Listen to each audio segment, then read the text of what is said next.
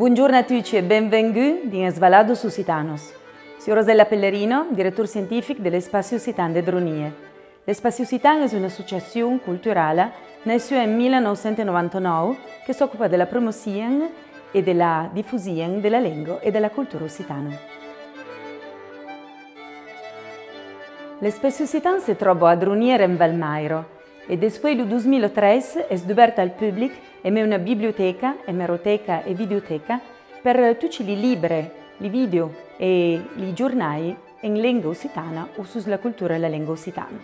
Avendo un museo multimediale che è aperto al pubblico per presentare un patrimonio immateriale che è quello della lingua e della cultura lusitana. L'Espacio Lusitano si trova in Valmairo, ma lavora in tutti i comuni e svalados del territorio lusitano alpino.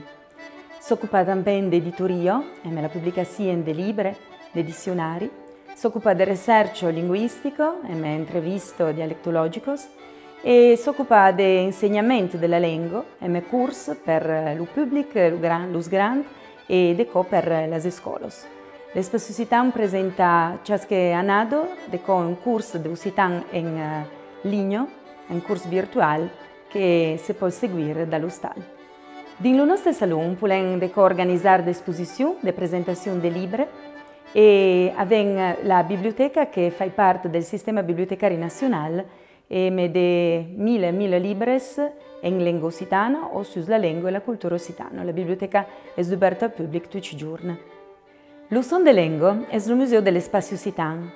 È un museo multimediale, informatizzato, che presenta la geografia, la storia, la lingua, la letteratura, la musica, tutto ciò che fa parte della cultura lusitana.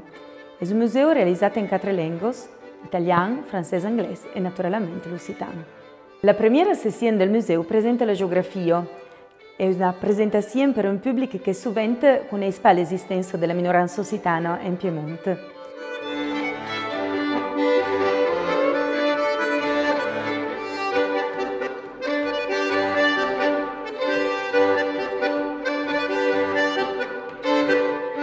Avendo una sessione che presenta le autos minoranzas linguisticas del Piemonte. N'avven 4, lo valser, lo franco-provenzal, lo francese e naturalmente l'occitano.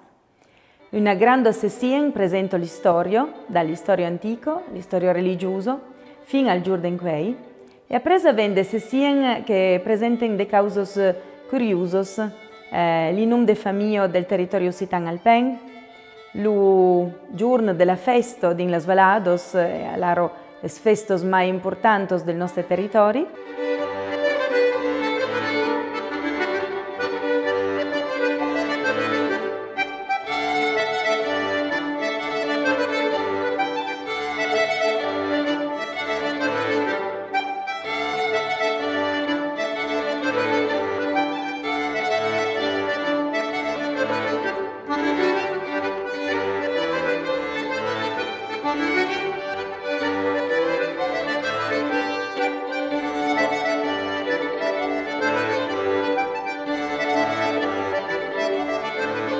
E naturalmente non può mancare la parte dedicata alla danza e alla musica.